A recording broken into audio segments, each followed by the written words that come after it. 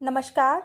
स्वागत है आपका करंट फॉर एग्जाम चैनल पर, जहां हम आपको देते हैं करंट अफेयर से जुड़ी सबसे महत्वपूर्ण और लेटेस्ट जानकारी जो आपके कॉम्पिटिटिव एग्जाम के लिए बेहद फ़ायदेमंद होगी।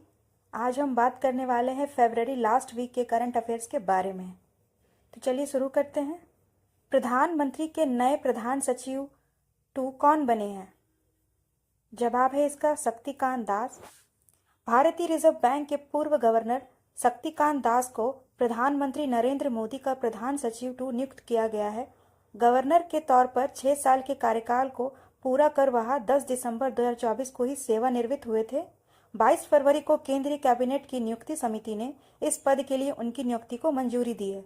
वह प्रिंसिपल सेक्रेटरी 2 के रूप में काम करेंगे, जबकि पीके मिश्रा 11 सितंबर 2019 से प्रधानमंत्री के प्रधान सचिव हैं। प्रधानमंत्री ने कहा कि एयरपोर्ट के नए टर्मिनल के डिज़ाइन का अनावरण किया है। इसका जवाब है गुवाहाटी एयरपोर्ट।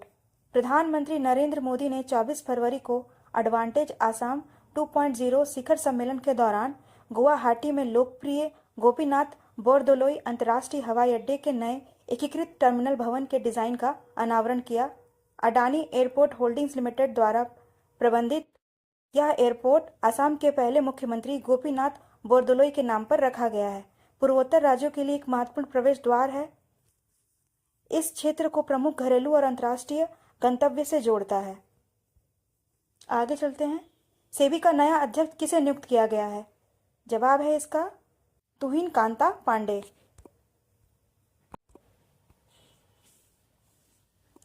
वित्त सचिव तुहिन कांता पांडे को सेबी का नया अध्यक्ष नियुक्त किया गया है। वह माधवी पुरी बूथ की जगह लेंगे, जिनका कार्यकाल 28 फरवरी 2025 को समाप्त हो गया। उन्हें 3 साल के कार्यकाल के लिए नियुक्त किया गया है। किस भारतीय जीव विज्ञानी को टाइम की सूची में शामिल किया गया है? जवाब है इसका पूर्णिमा देवी वर्मन। आसाम की जीव विज्ञानी पूर्णिमा देवी वर्मन को दुनिया के सबसे लुप्तप्राय सारस में से एक को बचाने के लिए संरक्षणवादी के रूप में टाइम की वुमेन ऑफ द ईयर 2025 की सूची में शामिल किया गया है। अभिनेत्री निकोल किडमैन और फ्रांस के गिसेल पेलिकेट के साथ 13 महिलाओं की 2025 की इस सूची में 45 वर्षीय वर्मन एकमात्र भारतीय महिला है।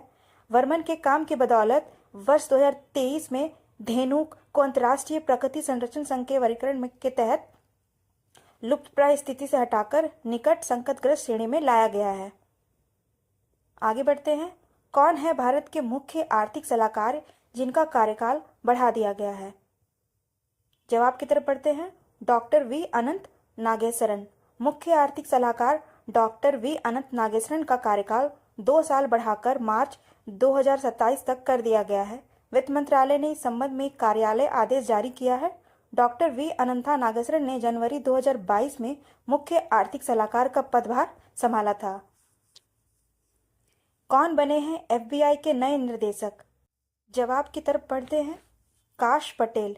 अमेरिकी सीनेट ने भारतीय मूल के काश पटेल को फेडरल ब्यूरो ऑफ इन्वेस्टिगेशन के नए निर्देशक के रूप में नियुक्ति करने की मंजूरी दे दी है।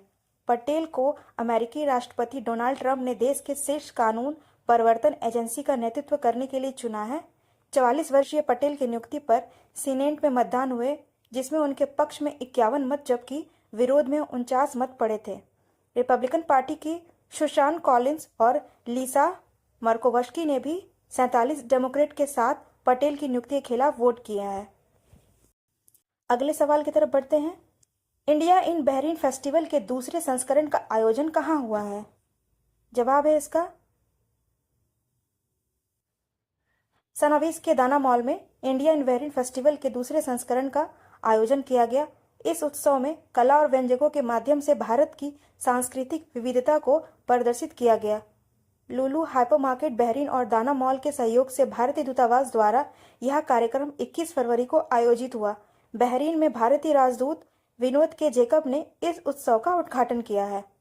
खेल के खबरों की तरफ बढ़ते हैं। 14वां एशियाई चैंपियनशिप का खिताब किसने जीता है? जवाब है इसका पंकज आडवाणी। व्याख्या देखते हैं। भारतीय स्नूकर खिलाड़ी पंकज आडवाणी ने शानदार प्रदर्शन जारी रखते हुए एशियाई स्नूकर चैंपियनशिप में 14वां खिताब जीत लिया है। आडवाणी ने इंदौर में राष्ट्रीय स्नूकर चैंपियनशिप जीतने के कुछ ही दिन बाद यह खिताब हासिल किया है। आडवाणी की जीत से उनके पुरस्कारों की सूची में एक और इजाफा हुआ है। उनके नाम 5 एशियाई स्नूकर खिताब के साथ 9 एशियाई बिलियर्ड्स खिताब है। उन्होंने एशियाई खेलों में 2 स्वर्ण पदक भी जीते हैं। किस भारतीय क्रिकेटर ने वनडे इंटरनेशनल क्रिकेट में 14,000 रन पूरे किए हैं? जवाब है इसका Virat Kohli. ICC champions trophy में विराट कोहली ने पाकिस्तान के साथ हुए मैच के दौरान वनडे क्रिकेट में अपने 14,000 रन पूरे कर दिए हैं। बता दें, विराट कोहली सिर्फ दुनिया के तीसरे बल्लेबाज है जिसने वनडे में 14,000 रन का आंकड़ा छुआ है। विराट से पहले सचिन तेंदुलकर और श्रीलंका के कुमार संगकारा ये कारनामा कर चुके हैं, लेकिन विराट कोहली ने वनडे में सबसे तेज 14,000 रन पूरे किए हैं। अब जानेंगे राष्ट्रीय धन्वंतरी आयुर्वेद पुरस्कार 2025 किसे प्रदान किया गया है। चलिए जवाब की तरफ बढ़ते हैं।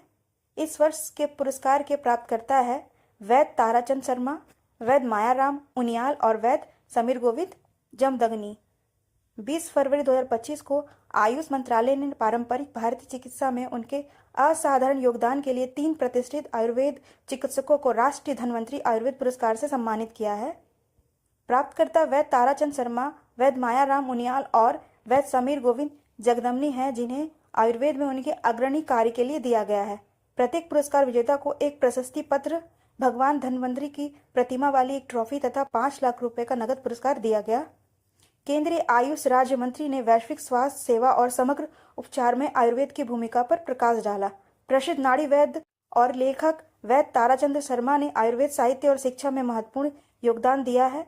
द्रव्य गुण विज्ञान विशेषज्ञ वैद्य मायाराम उनियाल ने अनुसंधान और प्रशासन के 6 दशकों से अधिक समय समर्पित किया है और प्रतिष्ठित पुरस्कार अर्जित किए हैं। विश्व व्याख्यान माला के संस्थापक वैद्य समीर गोविंद जमदग्नी ने वैश्विक सम्मेलन के माध्यम से आयुर्वेद शिक्षा को बदलने में महत्वपूर्ण भूमिका निभाई है। 98वें अखिल भारतीय मराठी साहित्य सम्मेलन का उद्घाटन किसने किया है? जवाब है इसका प्रधानमंत्री नरेंद्र मोदी। यह आयोजन इसलिए भी बहुत खास है क्योंकि आयोजन 71 वर्षों के बाद दिल्ली में हुआ है। इस कार्यक्रम में महाराष्ट्र के मुख्यमंत्री श्री देवेंद्र फडणवीस, सांसद श्री शरद पवार और सम्मेलन के अध्यक्ष डॉक्टर तारा भवालकर सहित अन्य गणमान्य व्यक्ति उपस्थित थे।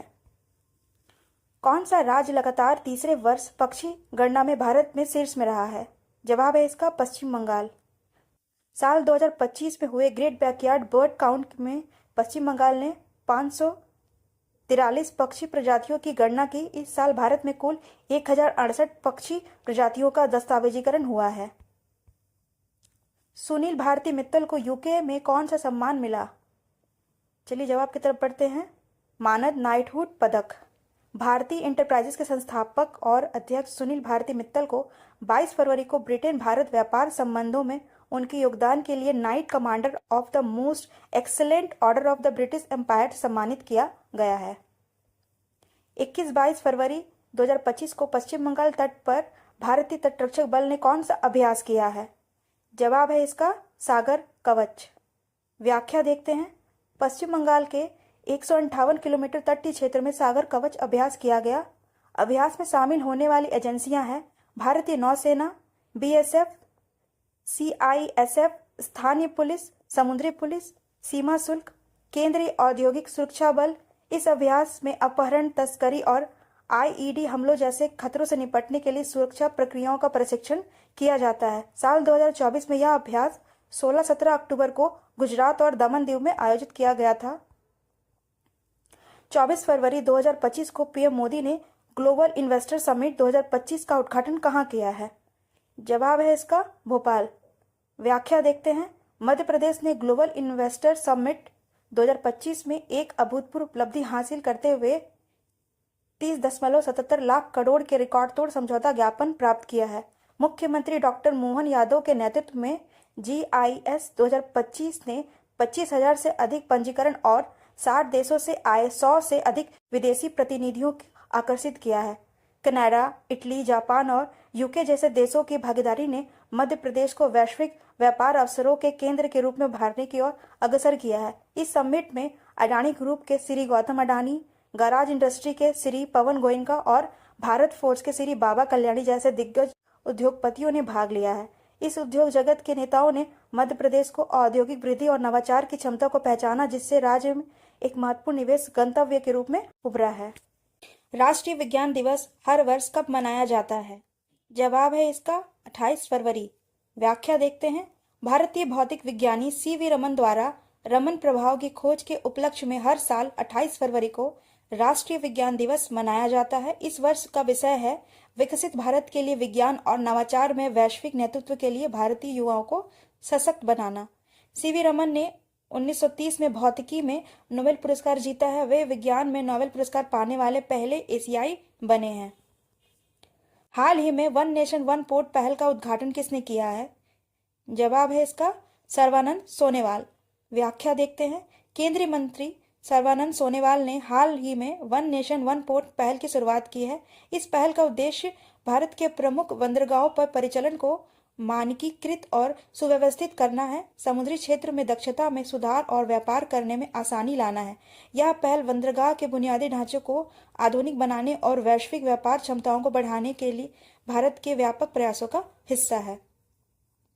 हाल ही में खबरों में रहा प्राणी मित्र राष्ट्रीय पुरस्कार किस क्षेत्र में उत्कृष्टता के लिए दिया जाता है? जवाब की तरफ बढ़ते हैं। पशु कल्याण।